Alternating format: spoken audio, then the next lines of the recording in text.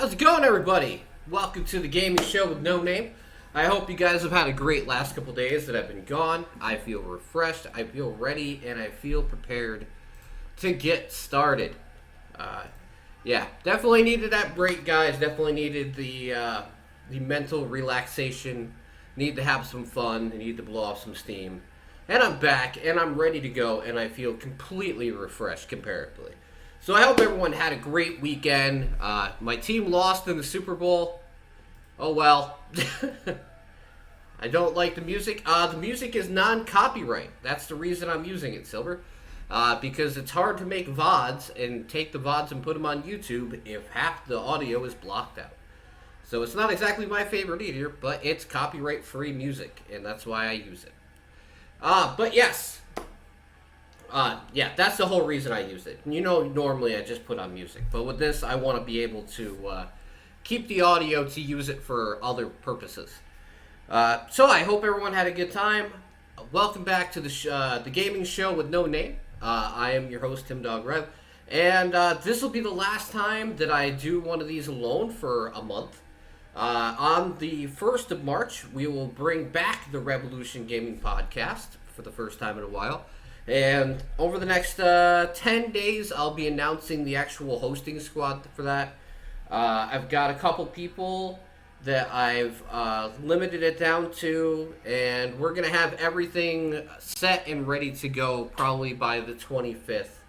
And I will make an announcement saying who's going to be there, what's going to be happening, you know, the big relaunch, and hopefully everything will go better from there. But for today, we're going to start off with the joke game, because what would these things be without a joke game? And tell you what, I've got a joke game for you.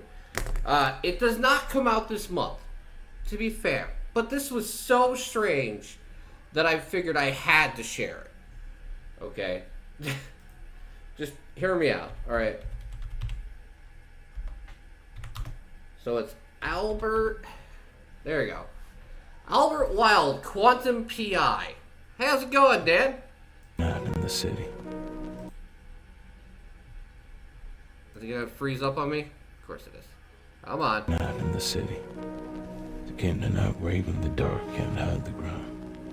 Mind you, that might have something to do with the fact I've got a cat's eyes. Name's Albert Wild. I'm a private eye. I'm the kid you come to when you need justice in this town. There's nothing like the rush of being on a case. All 6 of my nipples are tingling. At any rate, this case sounded like one of the weird ones. The body, it ain't normal. But then, what is normal in this city jungle of ours?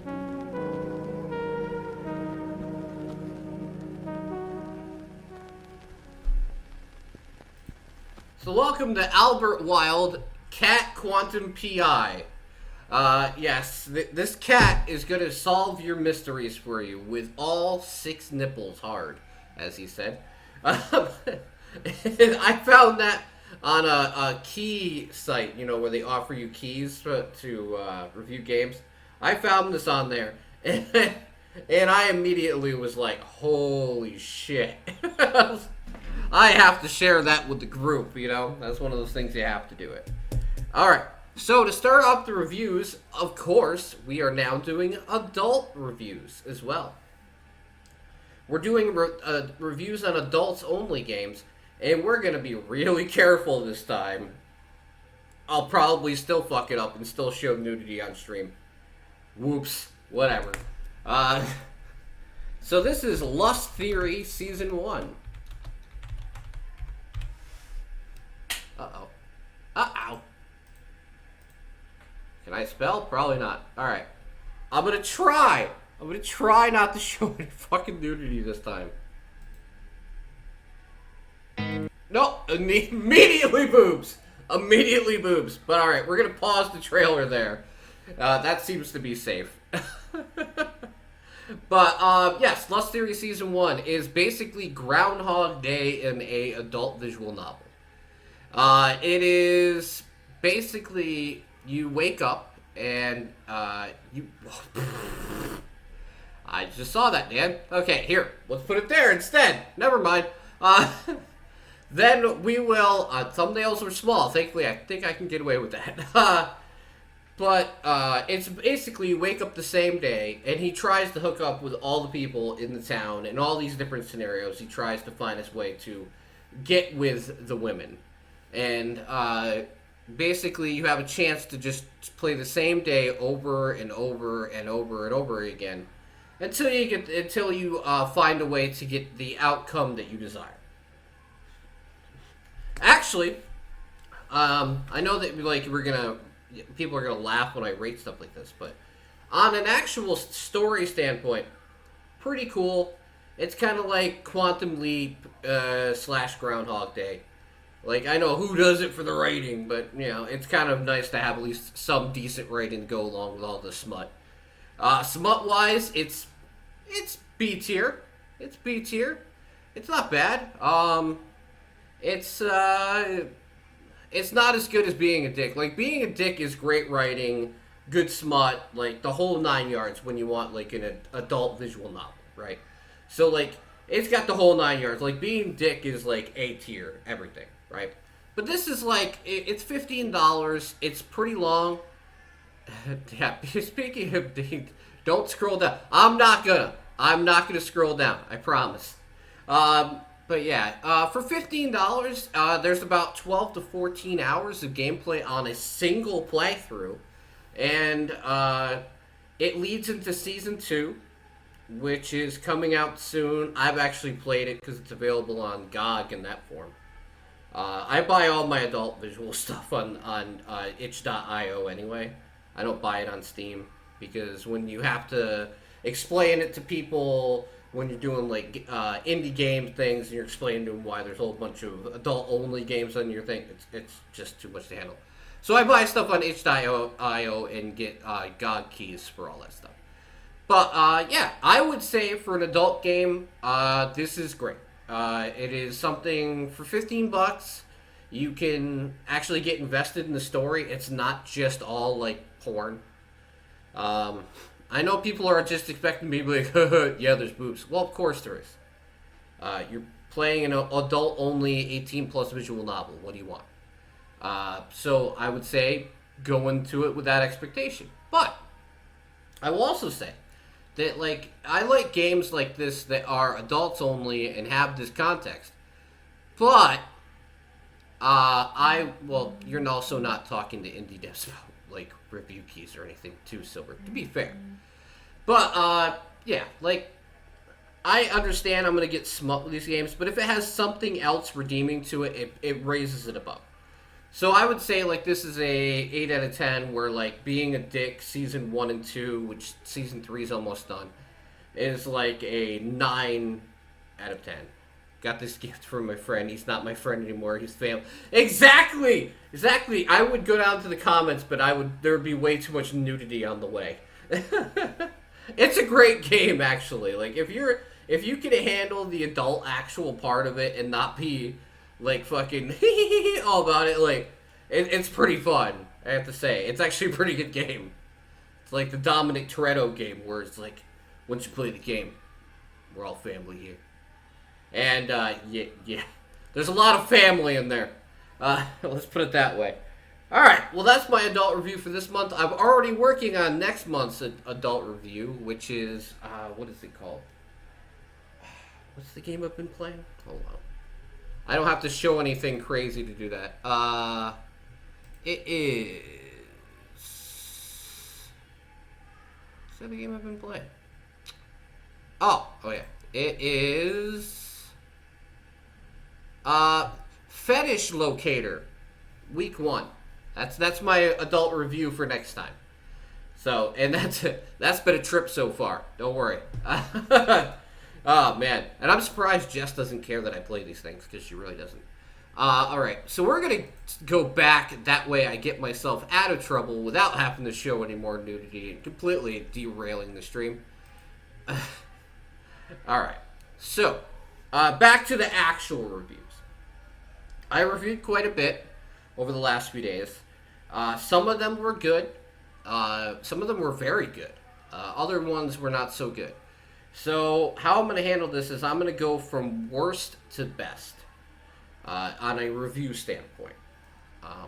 So I'm going to show you some of the worst stuff, explain why I think it's that way, and then we'll move our way all the way up until we get to the stuff that I actually thought was really good. There's some very disappointing games. No stinkers, I would say. They're all fairly good. All right, first one, which I had the least amount of fun with, actually, is Blood West. Okay, so as very positive, but I did not have any fun with this game because of two reasons. Soul, for there is a stench of a curse upon you. I'll let the trailer play a bit and I'll brought explain. you here by means of our immense powers. Hello, Ava, and it has nothing to do with the graphics. I do not give a shit about graphics when it comes to that. Even further. No, we cannot send you back. Not yet. See, that's the nature of every summoning. It must have a reason. And a reason you have. You will be our torch in the dark. Search for the evil lurking in this world. I was really excited for this game too. Before I explain anything else, I was really excited to play this game. And surprise them with their death. We need to call upon a mighty bear. Crush the heads of the cursed ones and smash. Shoot them one by one.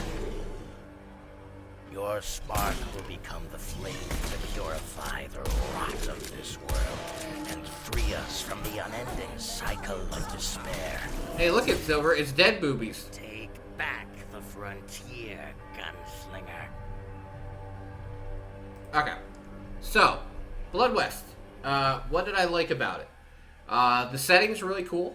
I have to say the actual story's alright. I would say everything else drags it down, really bad. The actual movement and gunplay and swordplay and every other weapon you get are very sluggish. I mean, borderline obnoxiously slow. The AI is very dumb. I mean, very dumb.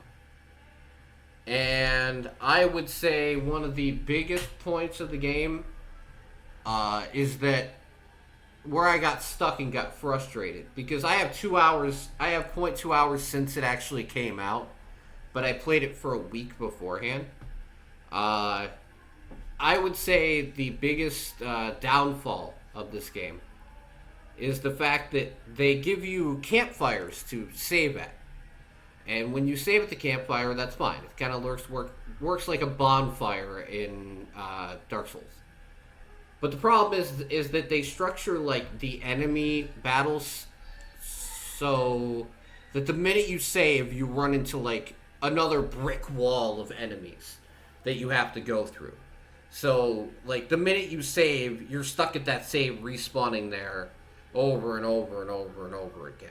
And that's, instead of actually having like game length, it just has difficulty spikes throughout the game at varying levels that just holds you up from progressing instead of actually having a flushed out story.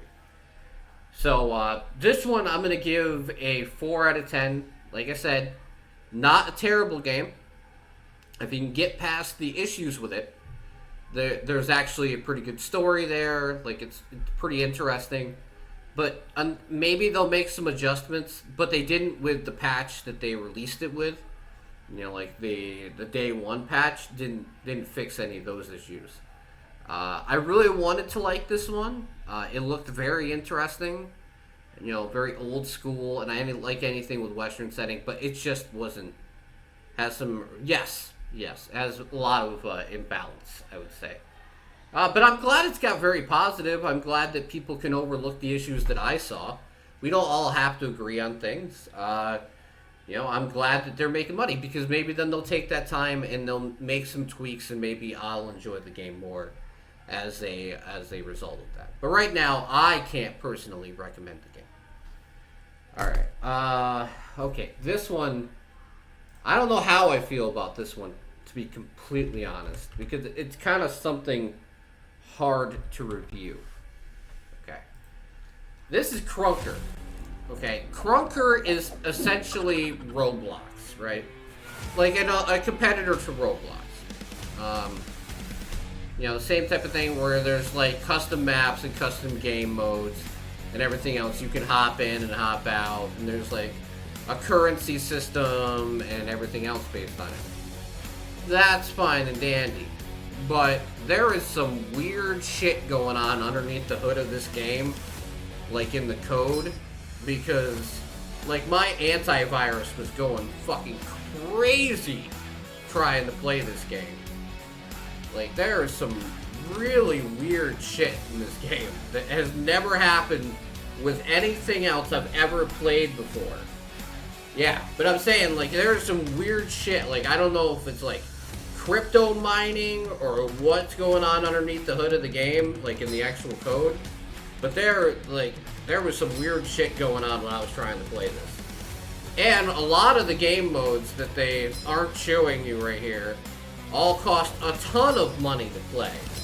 I mean, like, they have day passes that are like $10 a day to play some of these games. So, like, it makes Roblox look cheap, which is bad. I don't know, like, people seem to like it, but it's weird. It's really weird. Like, I was getting, like, spyware alerts, antivirus alerts, everything else when I was playing it. Maybe that's just me. Maybe my antivirus was just going crazy for it. It didn't work out too well for me. I don't know.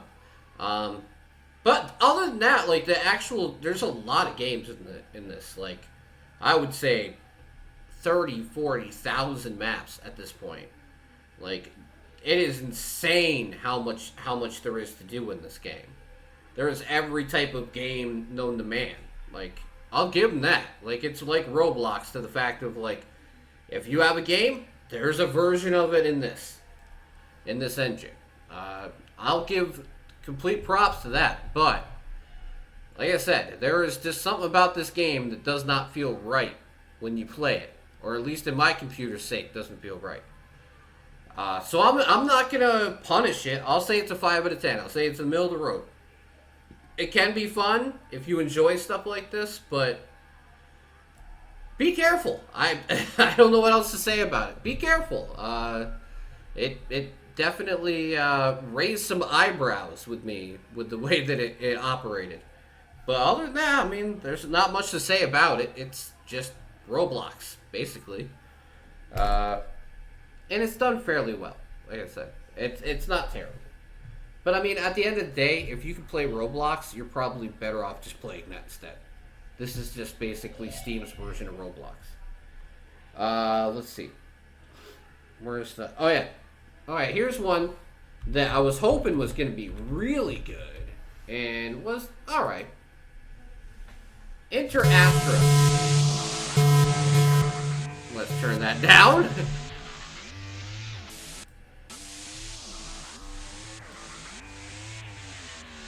So this is basically a space exploration game with a lot of hidden lore, you know, basically thrown in there.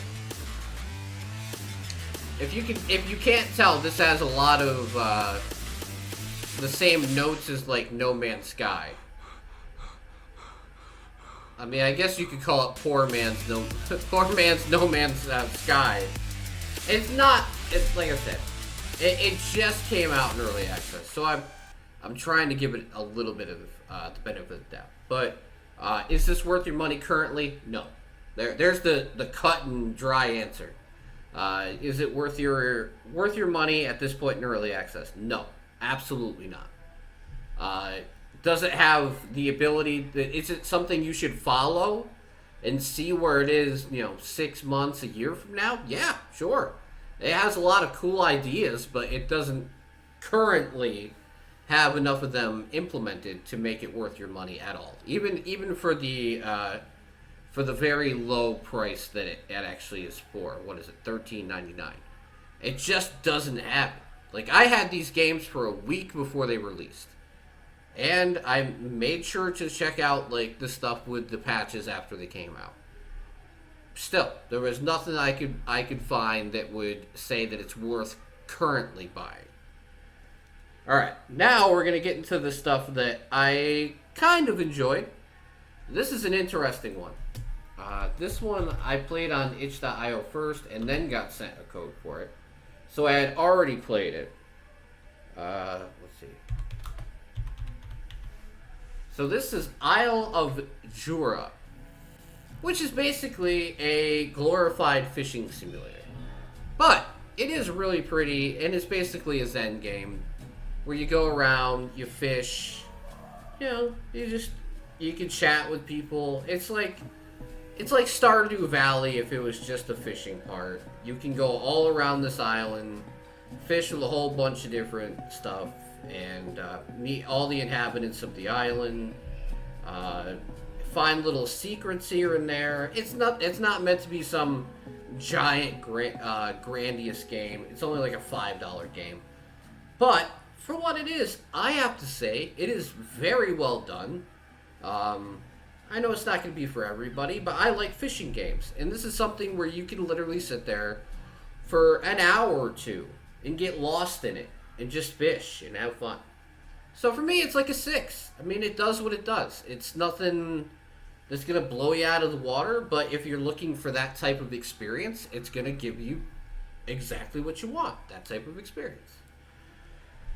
Alright, now we're going to get into the middle ground of things that are good, but flawed. So let's talk about Lost Epic. Okay, Lost Epic is a very fun game. But no English dialogue, which I know that might be a big no-no to a lot of people. And this one's also in early access. And for me to give it a grade, I would say, instead of yes or no, I would say, what are you looking for in a game? If you want a good hack and slash Metroidvania style game, and you don't care about the fact that it's not, the dialogue's not in English, then it is great. It's a very fun game. I played this on stream last week. I had a lot of fun with it. I really enjoyed it. So, I mean, if it's something that you can get over, not having English dialogue, then yeah, I imagine it'd be great. The only other thing I would say about the game is,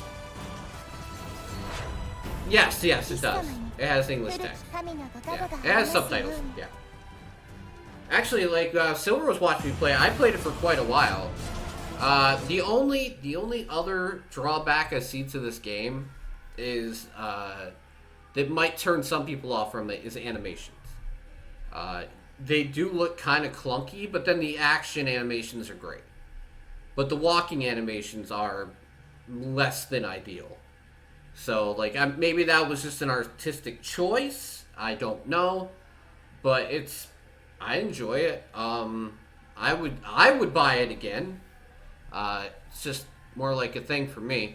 It's like if you like hack and slash and you can handle like the Metroidvania where you have to search around the map and unlock different parts of the map, and there's nothing that guides you exactly where you need to go, but there's a map that unlocks and opens, and then then eventually when you run into a quest, it will give you a marker and you'll have to open up the map to the destination that you're trying to achieve. It's kind of like Hollow Knight in that regard. But yeah, the game is in early access, and they've been putting a ton of work into it, to be fair. And they released a major update which added more character designs and more levels, and you know, it's all about what you want out of the game. Like I said, only has full audio in Japanese, but it has interface and subtitles for everything else. And like I said, I really enjoy it. Is it worth $20? That's up to you, right? I would say, since it's in early access, I would wait for a sale. But if you're really into this type of game and you like the avatars that it puts forth, because there is a lot of them, ask Silver. I think there's 12 or 14 to choose from currently. Because what you do is you start the game as a soul, And then immediately after like the intro, you get to choose what your character looks like out of like 14 models. So, you know, like I said, it's up to you what it's worth, but for me, it's a very good yet slightly flawed game. All right. What's next on the list? Man, I don't know. The order of this is gonna be hard. I guess we're gonna go with Not Tonight 2, which I made a YouTube video on this. Which I made a YouTube video on a couple of these last ones actually. I actually really enjoyed my time with this game. I can see where people are not going to like this game. If you don't like any politics in your games, then it's just not going to work. But basically, instead of Papers, Please, where you're searching for papers, you're playing a bouncer trying to get across the country to help your friend get his papers so he can get out of a illegal immigration problem. So you play a bouncer at different clubs, and you basically check IDs and kick people or let people in the club. And then you go to Canada, and you literally have to check IDs and give away poutine at the same time. And every bar you go to after the first one has a theme to it. So, like, in the one in Canada, you have to, like, give away the right color poutine when they give their ID, because there's the poutine law of 2020 that makes it so you have to give away free poutine at bars. Yeah, I'm not even kidding. That's actually part of the game. The Poutine Act of 2020. Actually, this game is a lot of fun. I rate this higher than... If it wasn't for the other 3 games on this list, this would be much higher. This game is actually really fun. It may not be for everybody, but if you can handle the fact that the main gameplay loop is checking IDs at an increased rate, because the more you run through, the more money you make, which makes it so different scenarios happen on your trip across the country. But I really like this game, and I was like, I went into it being like, it's kind of like Papers, Please, I might like it. Now I want to go back and play the first game. I might be disappointed by it, but Not Tonight 2 is very good. And it is currently how much? $17.99. I could see for $17.99 it being an actual pretty good game. Well, pretty good deal. Sorry. It's not in early access. There's no early access for this game, so it's a complete product. So I can give it a good grade and say that if you're into this stuff, if you want to see more of it, I put out a first 25 video that's in the Discord on the game. You can watch the first 25 minutes, which doesn't spoil very much. You can check it out and see if the game is more to your liking. If you do, support the developer, because the game is actually really good. And we should support good games, right? Instead of everybody fawning over the fact that Cyberpunk 2077 has slightly better graphics and a lot less bugs. Because we're still going to hop that hype train until fucking end of time. But we'll get to that later. Okay. Next on the list will be Power to the People.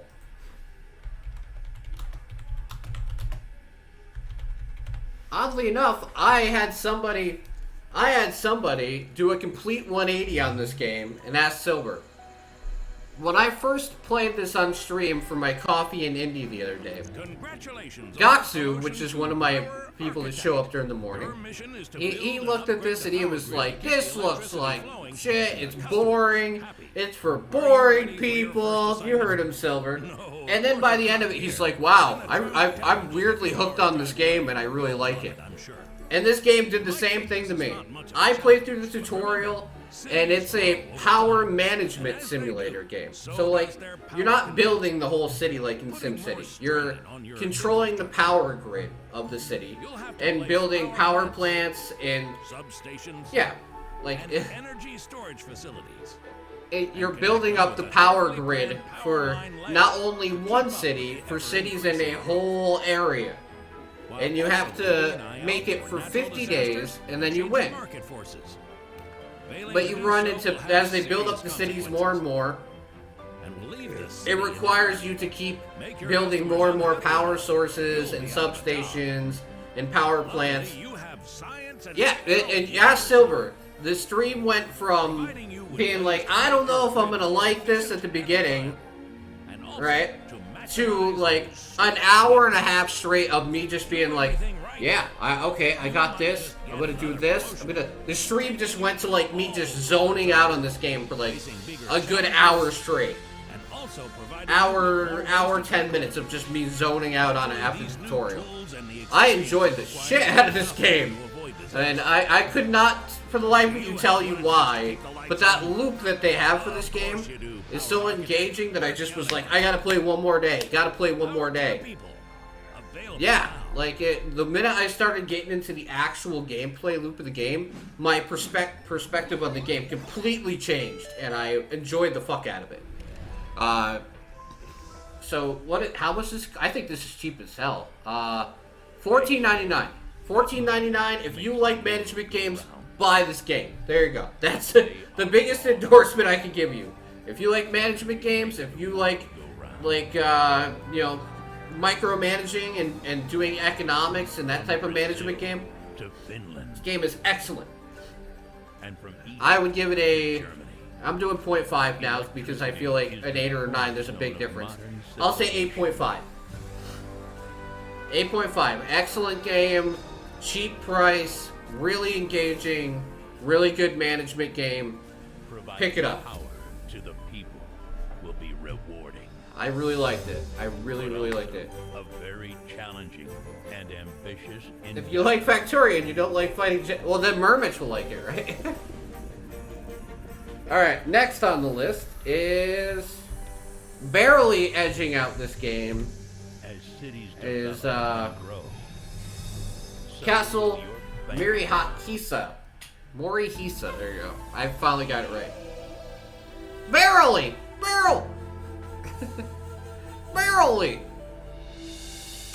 But yes, okay, this game barely edges it out. Barely edges it out.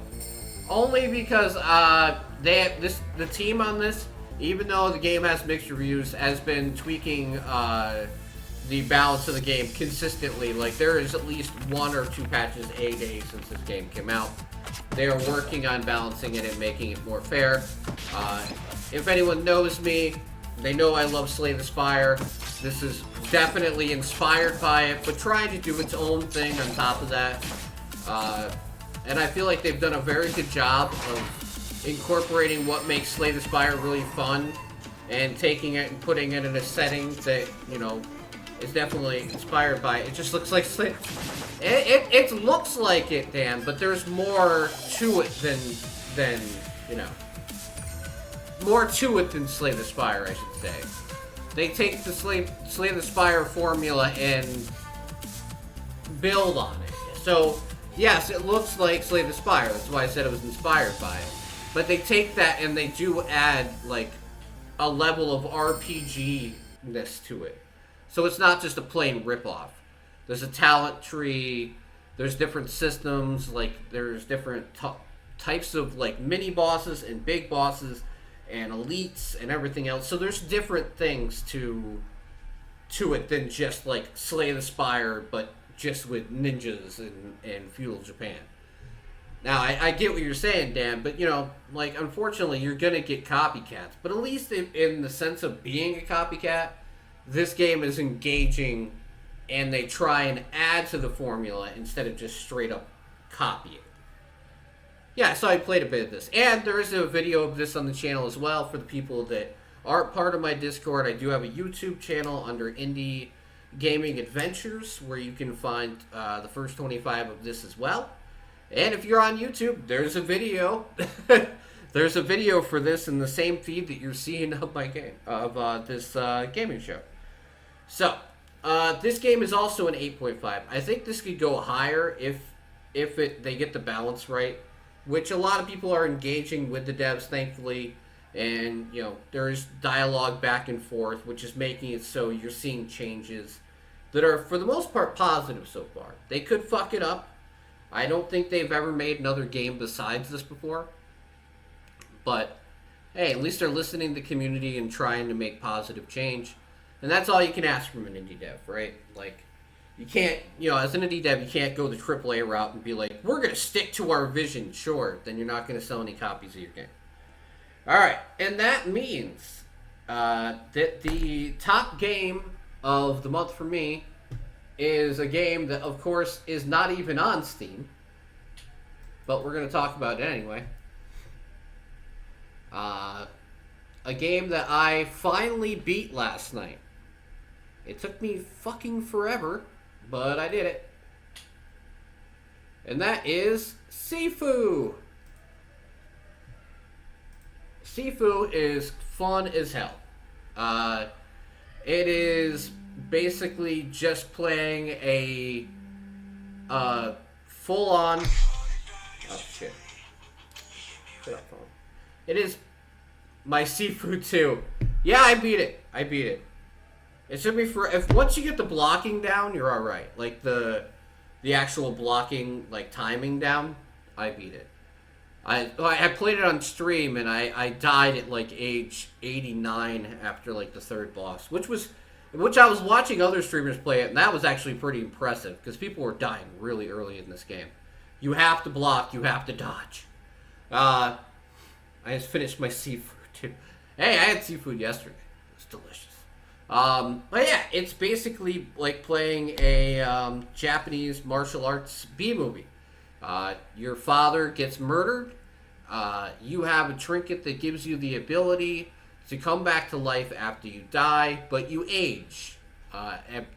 It starts out as 1 year every time, and then it does jumps of like, so you'll go from like 19 to 20 to 21, and then for like 21 it might have you jump to 24, and then like 25, 26, and then like 30, and then once you hit like 50, every time you die it's like four years that you lose, until you hit like 89, and then it basically, you die off and you have to start your playthrough again. But the cool system with it is that as you age, you don't just get XP. As you age, like once you hit, I think 35, the older you get, the more damage you do, but the less HP you have.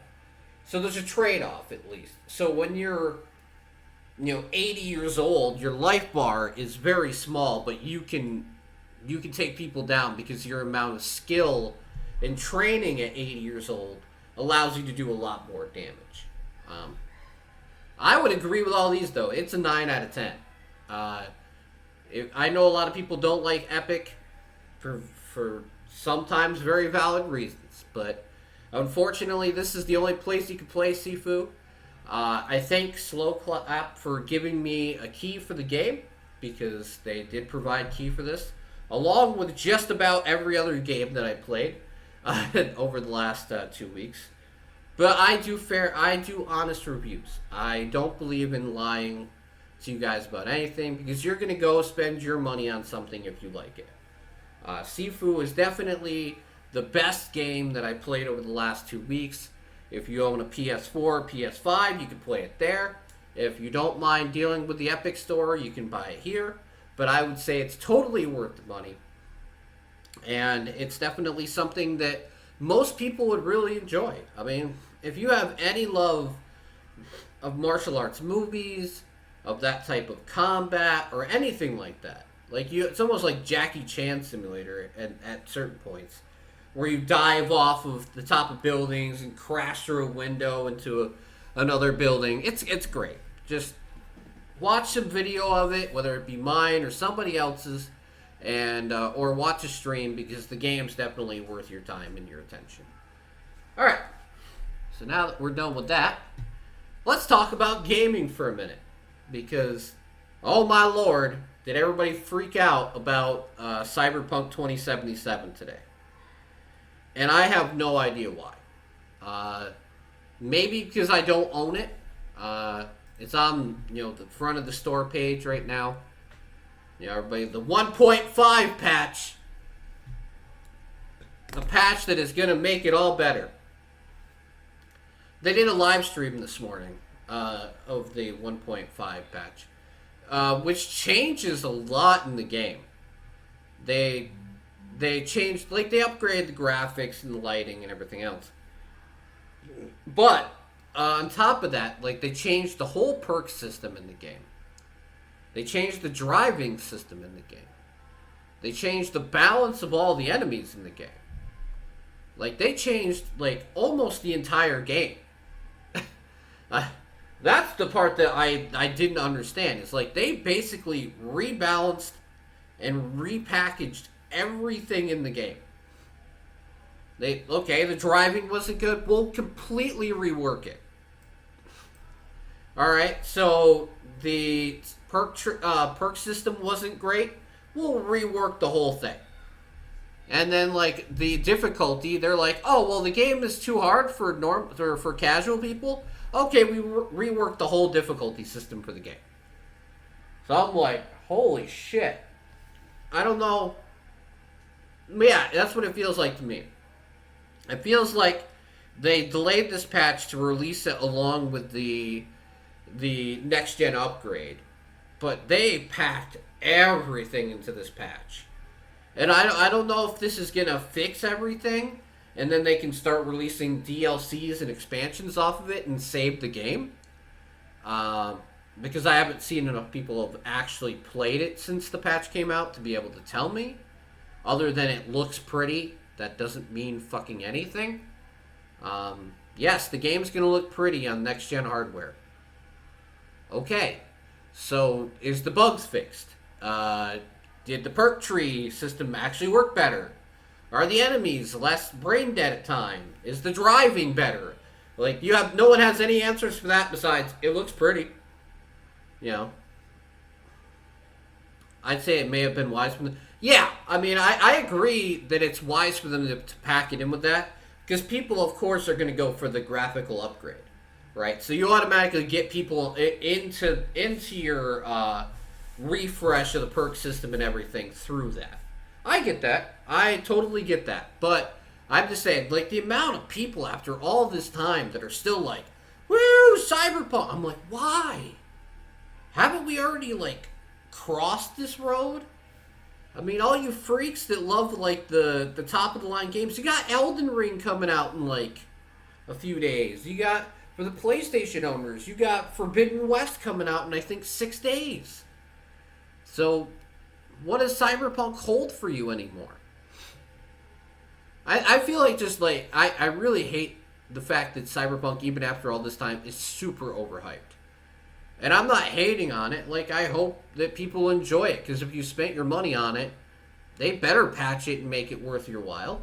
But at the end of the day, I'm like, this game has been out for over a year. And people, like, every update are still like, it's going to be good this time. It might never be good. I don't know how much changes you can make to the game to try and make it good. Maybe. I just care whatever been improved works. I hope so. I mean, hey, man. They took their time with the patch, so we'll see. That's all we can say. Other thing is that Capcom has 2 announcements coming over the next week. One looks like it's either going to be the Resident Evil 4 remake or a classic port collection from rumors that's going to be announced like tomorrow, I think. And then in 6 days, they got another timer that people have been looking at the internal files in it. Either it's going to be an NFT, which will fucking blow up the goddamn internet, or they're not done with the fucking NFTs. I was going to say it's either going to be NFTs, a revitalization of Marvel vs. Capcom, which people have been bugging them for because they want a re-release of Marvel vs. Capcom 2, which is one of the greatest fighting games of all time, to be fair, or Street Fighter 6. So, I mean, like, it could be any of their franchises. But if they're finding, like, names like Mega Man and Iron Man and Street Fighter and everybody else in the code for the website, it's probably either going to be NFTs or Marvel vs. Capcom, I figure. If it's NFTs, man, I don't know why you make a timer for that. That will piss off everybody. Make people, like, speculate for a week just to do an NFT drop. That'd be ballsy. That'd be ballsy. I don't know what type of damage control they could set up for that. That'd be dumb. Considering the amount of, like, pushback gamers have had about shit like that, that would be a absolute terrible move on their part. I don't find there to be any redeeming. Don't understand the backlash. Oh yeah, like Ubisoft doubling down on that shit and saying that people don't understand NFTs. They see money and they go for it. I know. It's just like crypto, and it's just like everything else. Unproven, unsubstantiated currency and ways to make money. And people that already have money are the ones that are going to tell you to invest your money into this shit. That's the ridiculous part. The people that are telling you to buy NFTs and to buy crypto and to buy this and that, they already have money. They don't fucking care. I mean, if they lose $10,000, what's that? I lose $10,000. That's my house, my vehicle, and everything. It's just frustrating that we've gotten to that point where influencers are more worried about, like, selling you the next big thing so they can just fill up their wallet too. Because it's not just companies, it's influencers, it's everybody. Someone said today, what is the US dollar backed up by? And I said, yeah, the GDP. Yeah. Yeah. The US dollar actually has backing. That's the benefit of actual currency. Whoa. Someone better teach that person some economics, please. But alright, for next time, for when we do the podcast in the first of the month, I created a new channel in the Discord, which is now podcast questions. So you can ask anything you want in there for gaming, random questions on actual topics of today, whatever, and it's going to be the new segment that is during the middle of the podcast and during the middle of my show. Because I can't, like, unless it's something from today, like Cyberpunk, or the Capcom stuff, like, it would be really hard to time encapsulate, like, a whole month's worth of news into two little shows, and, like, hopefully it's still relevant by the time I get to it. So I'm just going to go with your questions. So you guys can put them in the Discord at any point that you'd like. And if you're not part of the Discord already, please join. It's !social, join the Discord. There's plenty of good information and links and people in there. But yeah, this is the part of the podcast where we're going to be talking about, fuck it. That's basically what it is anyway. This is the part of the show where we talk about the games that are coming out over the next couple weeks.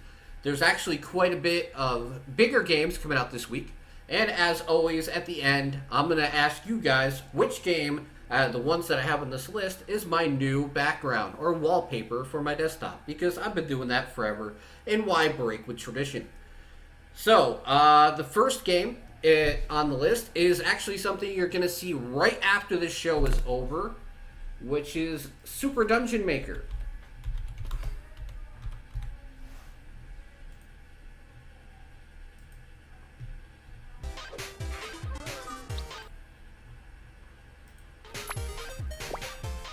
You ever wanted to make dungeons and torture your friends? Welcome to Super Dungeon Maker.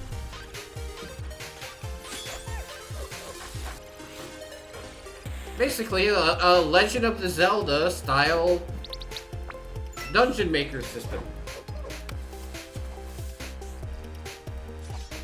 where your friends or other creators can make levels and you play through them in a Legend of Zelda style gameplay.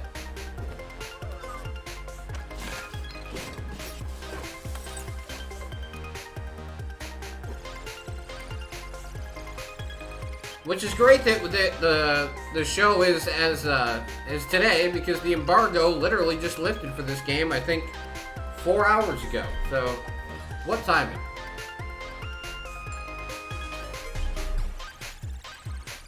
And you play as a chicken! Yes. Mario Maker bit Zelda, but not copyright by Nintendo. Exactly! Just safe enough. Just safe enough. How about the developer is Fire Chick? It's great. Alright, next one. Okay, we got a few indies, and then there's gonna be a lot of stuff you guys do know, and a couple surprises actually. This one is Spell Drifter.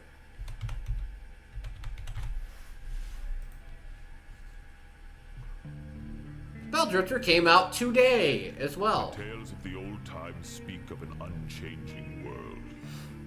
This is a tactical turn-based RPG. The spirits. Yes, you play as a chicken trying to collect a golden egg. Exactly. Each in its own domain, taking its place in the way of things. So it was for 1,000 lifetimes of men. The end to that world came in a day. Change fell from the sky. A blazing comet from the farthest heavens. Isn't that epic, guys? From across Hylia, people looked skyward in awe to see it crashing to the earth. Where it landed, it punched a hole through more than just rock. It tore at reality itself. The barriers between the heavenly realms were forever broken. Nice, Merman. From the smoking crater drifted a new kind of energy that the world of men had never seen. A power called magic. The old world had died. In its place came a world of wonder and possibility. Word spread of this new power. From far-off realms, people traveled to the crater to stake their own claim in this newborn world. A city took root. They called it Starfall. They called it It is here Starfall. that my rebirth truly begins.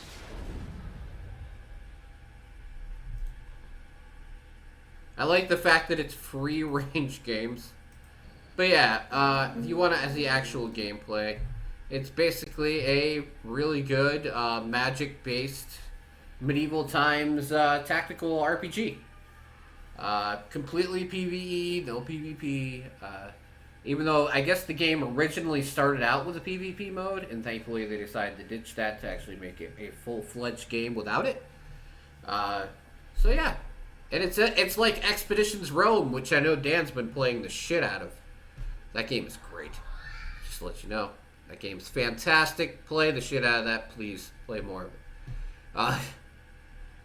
But yeah, I would definitely recommend this one if you're into that type of game. Let's see. Next one.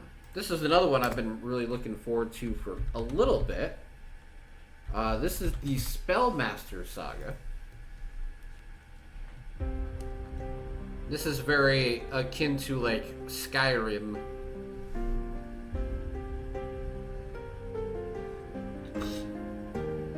I've actually been following the development of this game for 3 or 4 months.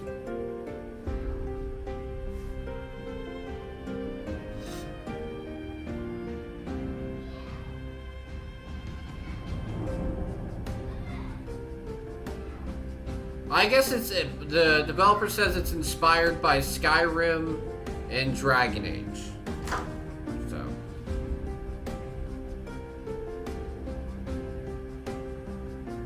I can definitely sense the inspiration in both, I guess you could say.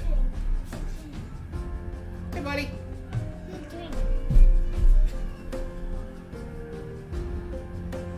Yeah, to a degree.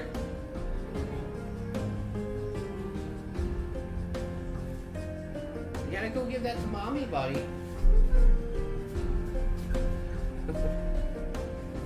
Gregory had to make his presence known. He's such a diva.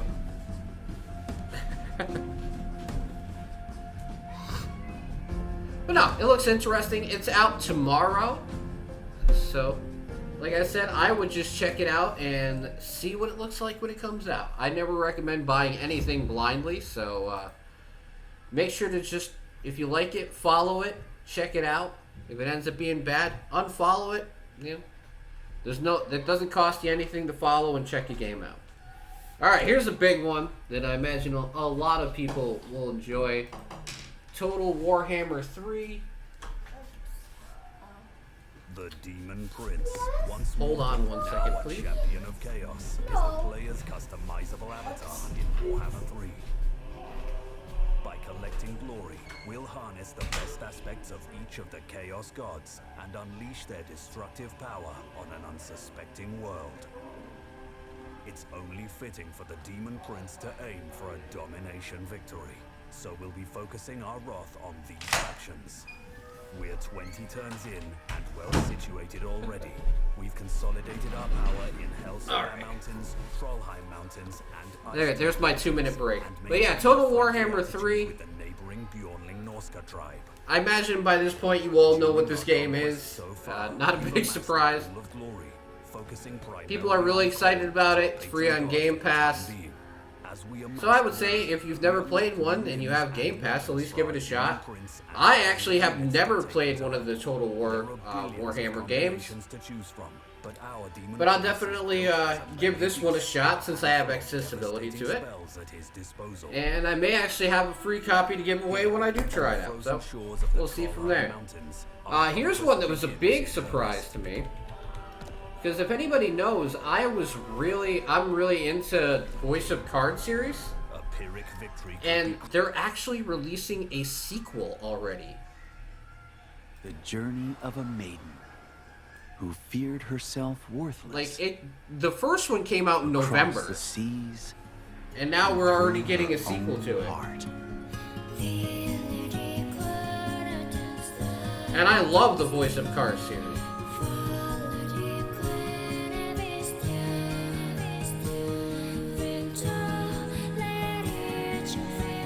I'm very surprised by that.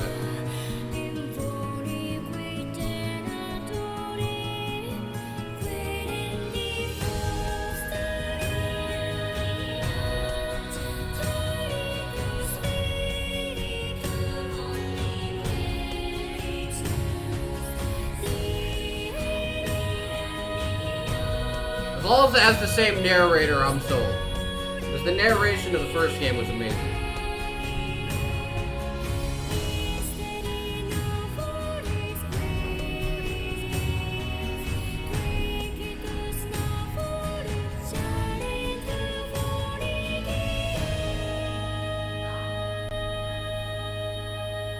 But I was very shocked. I had no idea that a sequel to this game was coming out.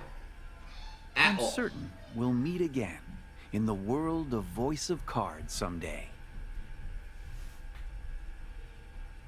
Yeah, but literally a sequel is already coming out on the 17th this month. I am so happy. I'm totally getting it day one. No lie. Next one, for any fighting fans out there. I know you, Dan. I know you're signed up day one for this one. The King of Fighters 15, which I am a giant fan of King of Fighters series, actually.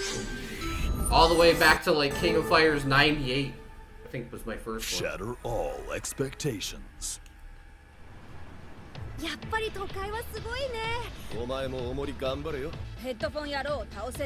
Plus, King of Fighters is always great because they never skimp out on the fighter. At launch, this game's gonna have 35, so at least on a value standpoint, you're not getting screwed over.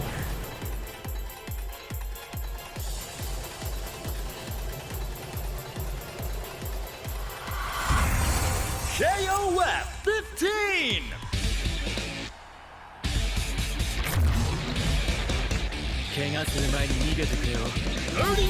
Fighters, 39, sorry. Are you ready? Okay, come on! Characters that define the series. Fan favorites return from the grave. Characters key to the unfolding events.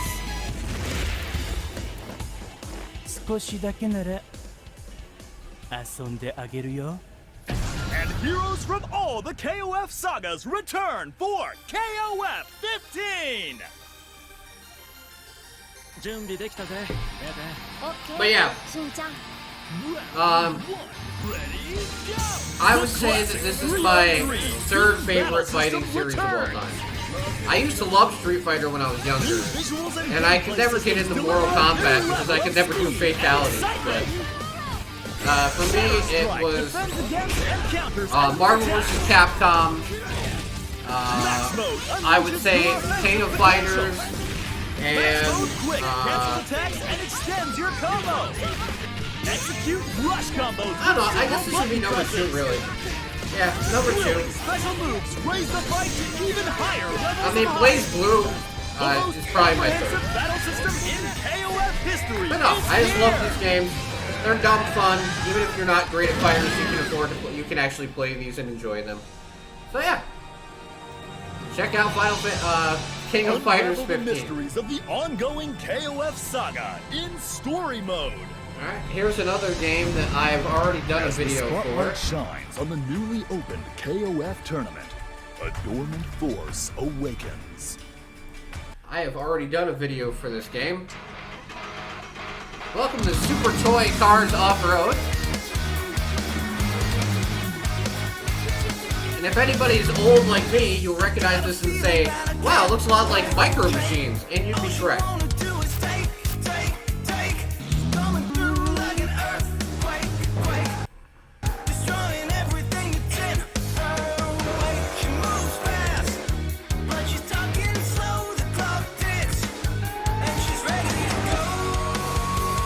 Yeah, but grew up with MK, Tekken, Soul Calibur, Dead or Alive.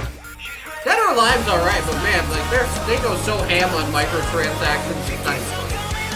Soul Calibur is like 2, 3, and 4 were great.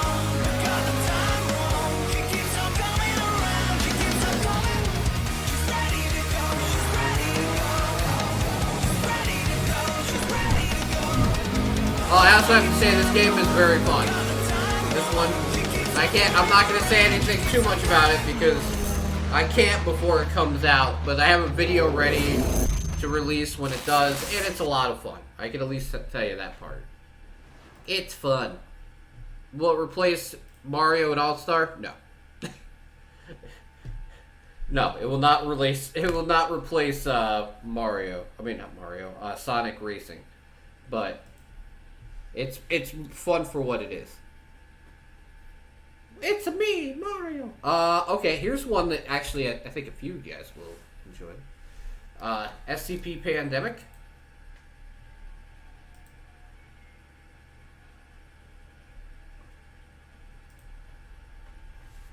Attention all remaining faculty. The situation has occurred on the surface level, resulting in heavy structural damage to the research. This looks good. We advise all staff to wait in their designated emergency shelters and wait for security teams to locate the wreck.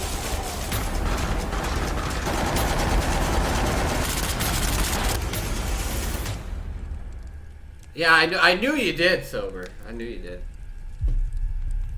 Yeah, it comes out 2/22/22, which is also Gregory's birthday. Which is so weird this year. It's literally 2/22/22.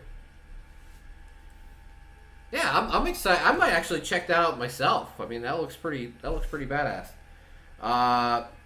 Next is, I'm gonna mention it. I'm not gonna show it. It's the Destiny expansions. So if you like Destiny, there's a new expansion coming out. I may actually get code for it. If I do, and it includes all the other DLC, I might start playing Destiny 2 again. But that's what I hate about Destiny 2 is that things like, is it co-op? Yes it is. Yes it is. I was pretty sure it did. But yeah, it's online co-op. And it comes out in 6 days. Make sure to add it to your wish list or your follow list, please. Let's support these devs. Okay. This is the month of great RPGs for me. I love RPGs. Anybody knows that? We already had Voice of Cards, which is a different style of RPG, but still one just the same. But this one I'm very excited for is Monarch.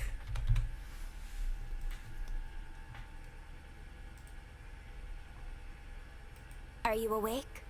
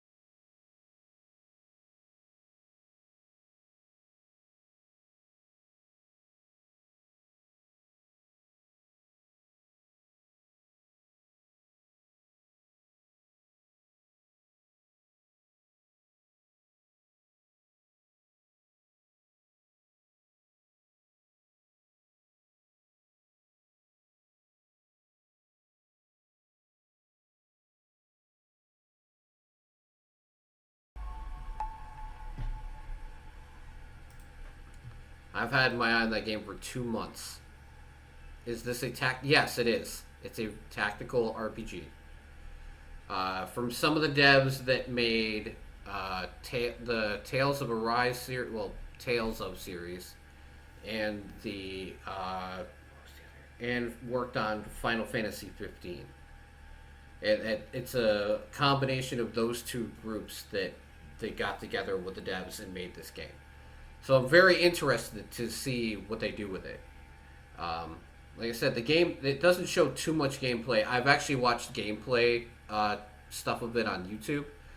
Yes, it is definitely a tactical RPG with very dark elements and a lot of like really anime style combat with like very flashy animations and stuff. Kind of like Tales of Arise in that regard. So I'm really, really excited for this. Just because it's something that would definitely pique my interest more than like Elden Ring or, you know, the grandiose games that people tend to like. Speaking of RPGs, we finally get to suplex a train in HD. So, it's Final Fantasy VI Pixel Remaster. I don't know, is this the only one that's going to show up now? Okay, yeah.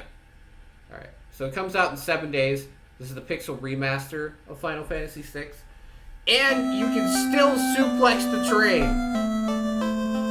Which is the important part, because they put that on Twitter, that you can still suplex the train.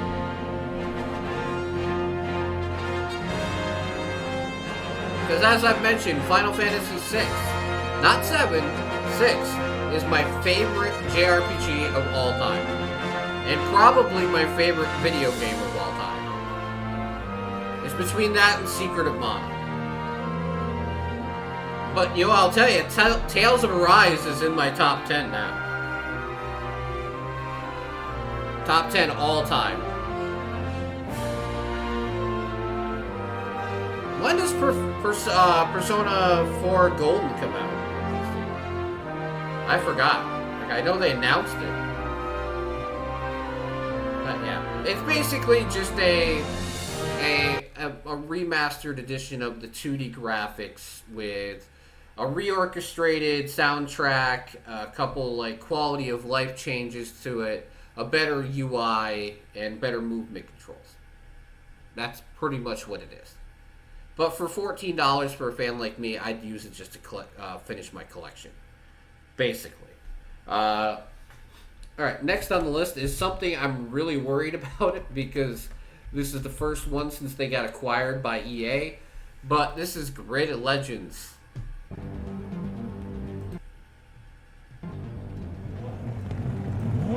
Because I love the Grid series.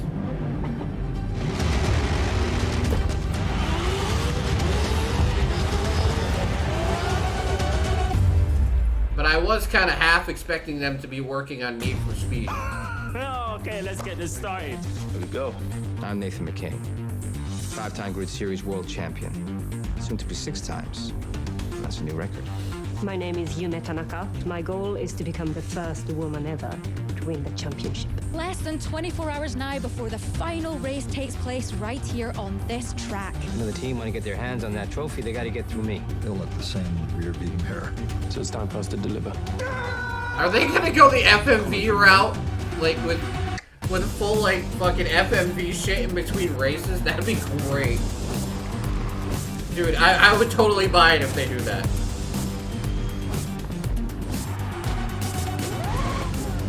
It looks good though. That looked good.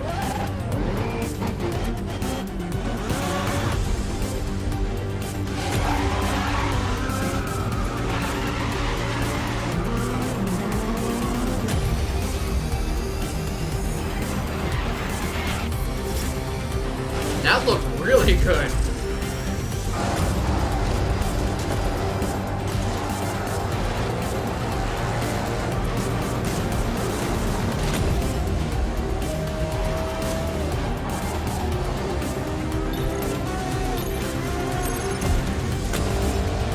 Why does this feel like another Dirt game, but without, like, the title?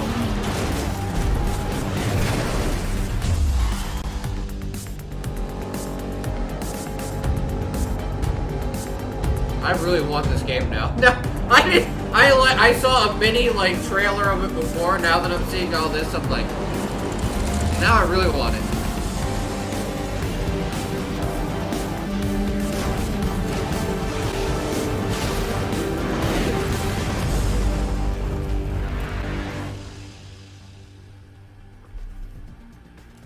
Man, that does look good. It does. Why did you have to sell to EA? Why? Because I really want to support your game, but I'm kind of worried about microtransactions up the asshole. Alright, so we got 3 more. This one is definitely one that I imagine Silver is interested in, and has been in the news quite a bit because of censorship by PlayStation. And that is Martha is Dead.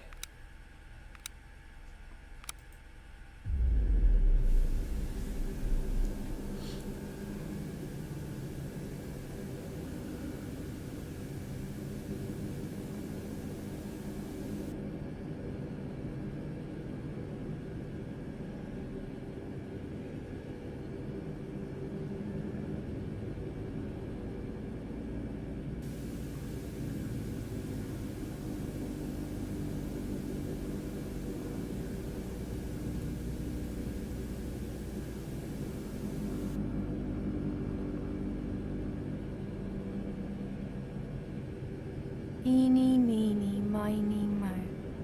Catch a baby by the toe.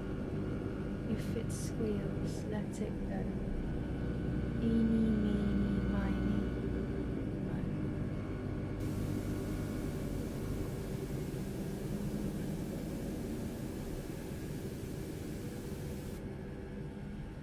Nope. Release me. No jump scare.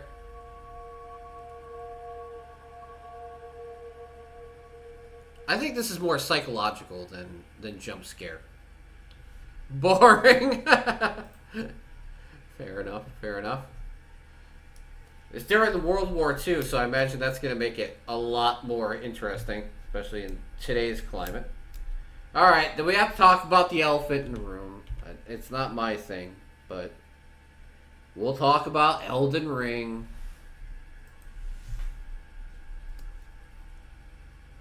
Alright, Elden Ring. Do you like to hate yourself, but this time in open world? Play Elden Ring.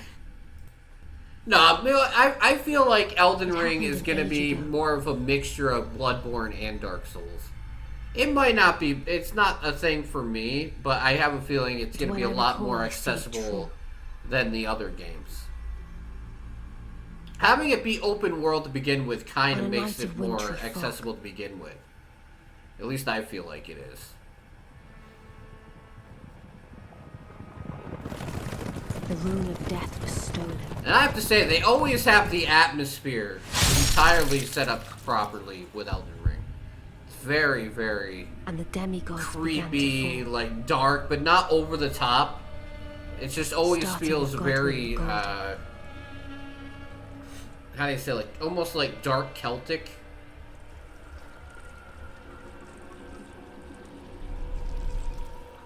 Queen Marika was driven to the brink.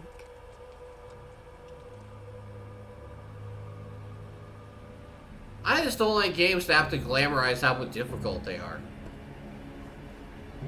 How about just make a good game? It's kind of my thing. Shattering ensued, a war that wrought only darkness. The Elden Ring was broken. But by no, it's definitely not for everyone. And why?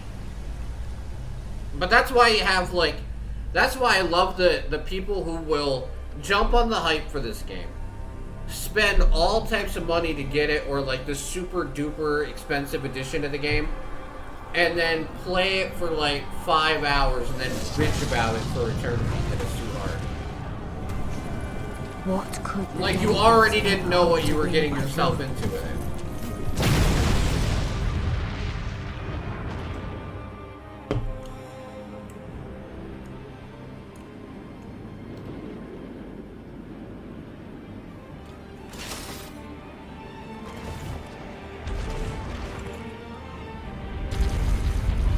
Conqueror of the stars, General Radar.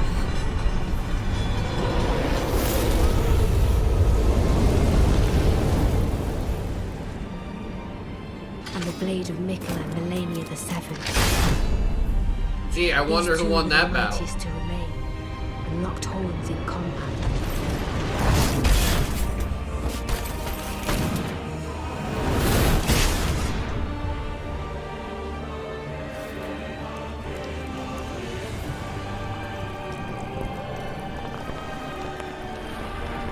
But there would be no victor.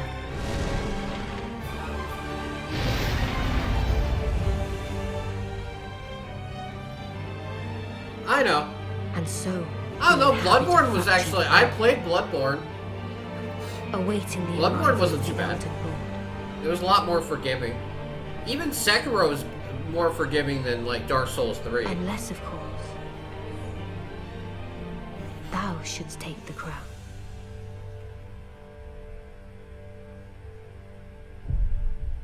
Actually, I really enjoyed Sekiro. I mean, it's really difficult, but it gives you like ways to get around combat, so you're not forced to fight everything like in Dark Souls. So I feel like Bloodborne and Sekiro at least give you more option to not take the most difficult route immediately, I would say. All right, last game is something I imagine that Ray will probably be interested in. If I have this spelled right. There you go. 異世界って冗談だよね。Altair Sophie 2. これはブラッター。お姉さん、もしか I して know you like the last game. ここはソフィーさんがいた世界とは違う無限世界のエルデビーゲ。過去の人間はもちろんのこと、未来の世界に生きる人たちもいるのです。人違いって感じもしなくて、おばあちゃんと同じ名前 I didn't know the Sophie series would get a sequel. I thought you'd get another sequel to the last 世界 game. なら早くプラッタを探さなきゃ。こんな場所にこそお宝が。世界最強の超用心棒だ。私にもその手伝いをさせてもらえないか。だから言ったでしょ、世界がブワーって変わるって。今までで一番異世界っぽいかも。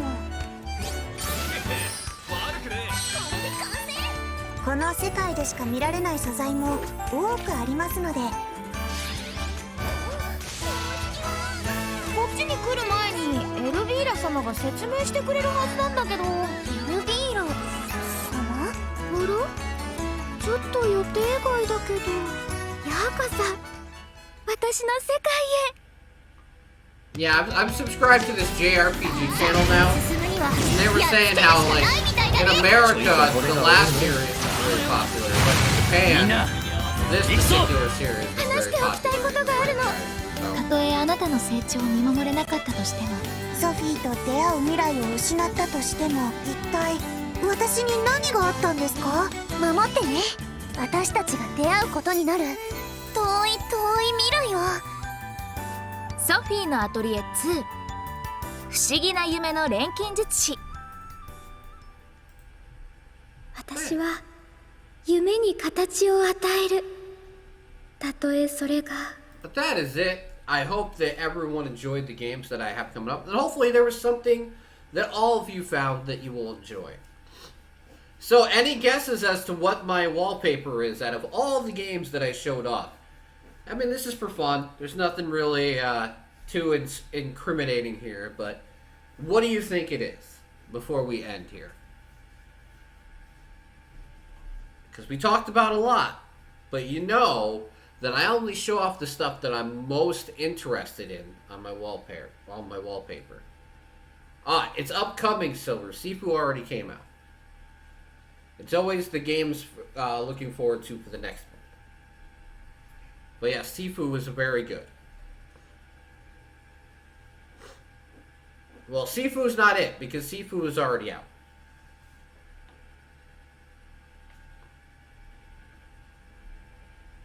Just take a guess, that's fine. If you get it wrong, I'll just show you. It's fine. I just want to see if someone's going to be able to guess it correctly. That's all.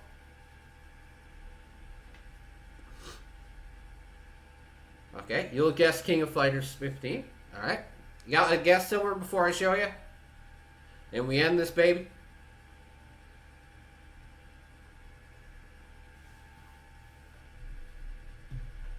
I'll give you 10 seconds. 9, 8. No, if you don't have a guess, it's fine. Alright, I got nothing. It is Monarch. Because I'm actually really, really pumped for that. No lie.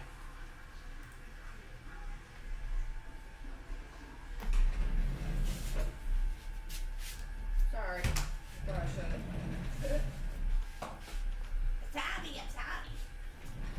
Yeah, I'm really excited for the game. But thank you to everybody who watched the gaming show with no name. I'm going to get this up on YouTube later tonight. And I might actually put it a couple other places as well. Because I'm really trying to get some traction for this. Because I enjoy very much doing game shows and podcasts and stuff like that. I'm really trying to diversify the content I make between YouTube videos and doing Twitch during the morning and trying to do some stuff in the evening. And I know that there's no guarantees for success, but I'm just trying everything I can to at least see if I can bring some more eyes on the channel in one way or another. But thank you for watching, and if you're here, stick around. I'm going to have a small pause, so I have a place to break this off to make the YouTube version. So I'm probably going to have 30 seconds of silence at the end, so don't be scared if you don't hear me for about 30 seconds. And then we will get started with Super Dungeon Maker with Mermich, and I'm going to have him jump in VC so he can tell me about the levels that he made real quick. And like I said, we're going to do a little Super Dungeon Maker stream at the end here, just to show off the game and to show off the levels that Mermich made, and that will be it for the night. But like I said, stick around. I'm going to do a little break here, and then we will get going on with game number 2.